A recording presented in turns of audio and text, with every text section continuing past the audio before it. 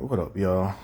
I want to make a video about why I'm a gameplay guy and why story doesn't really mean much to me, if I'm to be honest. I voiced my opinions here or there about how story-driven games or games like the Telltale series, which are more story than gameplay, aren't for me. And that's because for me personally, the enjoyment in video games comes down to the gameplay, and I'm usually very forgiving on games when I have fun playing it. The prime example of that is the ever so controversial Mass Effect Andromeda. People hate that game. You could even say Andromeda has killed the Mass Effect series. Yet I loved it. I put over 120 hours into the single player alone. I thought it was a very fun RPG that had the best combat in the series. Instead of focusing so much on being a cover shooter like Mass Effect 2 and 3 or the stiff gameplay of the first one, it was very fast and fluid. The enemies will strike you at different angles, so it forced you to move around, mix your powers and your guns, or depending on how you build. I use the adept build, so I would use my biotic powers and my guns in combination with my teammates. So by the time I finished the game, it was a blast. And even though it did have the weakest story in the whole series, I'm not going to pretend that's not the case. The facial animations, if there were never memes about it, I wouldn't have even noticed them. It's just the fact that the game was so fun to me. I had ended up putting so much time into it. But you look at games like, but to me, games that focus too much on story is just so cringeworthy and corny. For example, the ending of a game like Uncharted 4. In Uncharted, you spent 4 games as Nathan Drake killing people. You killing more people in that game than like the Terminator, right? Cracking these corny jokes, being like cross between Tomb Raider and Indiana Jones without any consequences, and then then the game ends on this heartfelt way where he has a daughter and he's married and all this stuff, and it's like when I play a game where I just killed people and I was damn near Superman with a gun. The stuff, all that heartwarming stuff, that didn't make me shed a tear and all that shit. It was fucking corny. And that's how I tend to feel with a lot of these story games. When these games we try to be Hollywood, where they try to act like they're as sophisticated and deep as a really good movie. And I'm not talking about like those Marvel movies. No, I'm talking about like some Schindler List type movies. And the reason why I brought Schindler List is because some lunatics in the gaming community try to compare Schindler's List to The Last of Us 2. It never works. These are video games. Most games we're doing violent actions. So trying to put in these heartfelt stories does nothing for me. It really doesn't. And that's not to say I don't enjoy good stories. I wouldn't be a fan of Mass Effect if the story and characters didn't bring me into their worlds, you know? So it's not that I hate story-driven games. It's just not important to me. And when a game focuses on story more than gameplay and good controls, it's very off-putting to me. And games, especially this generation, these AAA games, they love stopping the action or they stop the whole game just to put you, instead of having a cutscene, they'll just put you in these boring, slow walking moments where you're just holding the directional button, listening to somebody talk. It's never entertaining. It's never engaging. It's not innovative. It's boring, and it's a way for, and it's like developers are, I don't know if they're scared to just have cutscenes or something when they do stuff like that, or they think they're being deep and unique. It's not.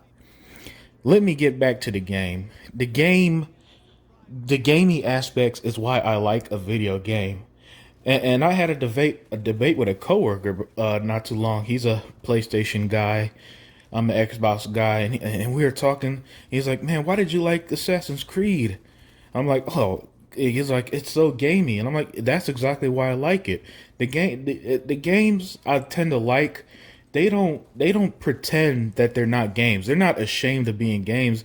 They embrace it. And so when you have me just do a stealth build in Assassin's Creed, or just have these crazy imaginative guns and Crackdown, I have more fun with that than I do, say, a Telltale's game, or Until Dawn, or Man of Medan, where there's no real gameplay. Seriously, and Until Dawn, you literally hold the controller still at one moment. That's the antithesis of gameplay, and it's this fake way of creating tension. That's stuff I don't like. I'll never like. That's the type of stuff that just doesn't click for me. It is, and that's why I'm gameplay first and story. Story, I wouldn't even say secondary. It's tertiary. It's third. It's behind things like good controls and stuff like that for my taste. And especially and PlayStation games are very cinematic, but you'll do stuff like in the Spider-Man game where you're chasing pigeons or looking for backpacks, or have Mary Jane in these boring quasi stealth missions, or or a game like Death Stranding where the cutscenes are so long your controller turns off, and there's tens of hours of cutscenes in these games. I play games to play games. I don't play games to watch games. And and and and even in this era of streamers and YouTubers, gamers still want to play the game, I feel like. And if not, maybe that's just me speaking for others, which I shouldn't do. This is all my opinion. You may love story-based games like Mass Effect Andromeda that didn't review well, that people really hated, and yet I enjoyed. While a game like Metal Gear Solid 5 was a dull experience for me, but the reviewers absolutely loved it. I do feel like at times there is this disconnect between like your mainstream media and gamers, and you kind of see it with the movie industry as well. But I feel like it's a lot more prevalent. It's a lot more prevalent in gaming, where a lot of times what reviews well isn't fun. The reviewers admit it's not fun, but it's like super easy or something, or super cinematic, and they get all emotional for stories that are like story. Let's be real. Most stories in video games are like B and C rate movies. Even as good as their voice acting is, if you take away the game aspects, you're gonna think they're corny ass movies. Let's be real. Even the oh man, like those David Cage games, Beyond Two Souls.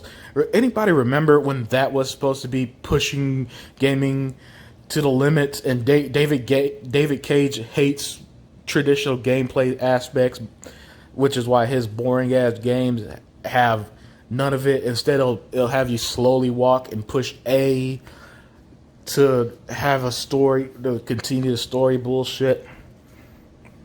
I hope I made my point without seeming like I'm attacking people. Cause I'm not attacking you if you like story-driven games.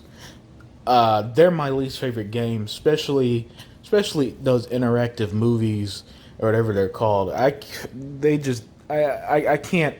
can't stomach games that just have me slowly walk, push A, I watch a cutscene or poorly acted or poorly acted drama that's supposed to be fake deep, that's having messages as deep as a Saturday morning cartoon. Not for me. No. Gameplay is key, and I prioritize fun.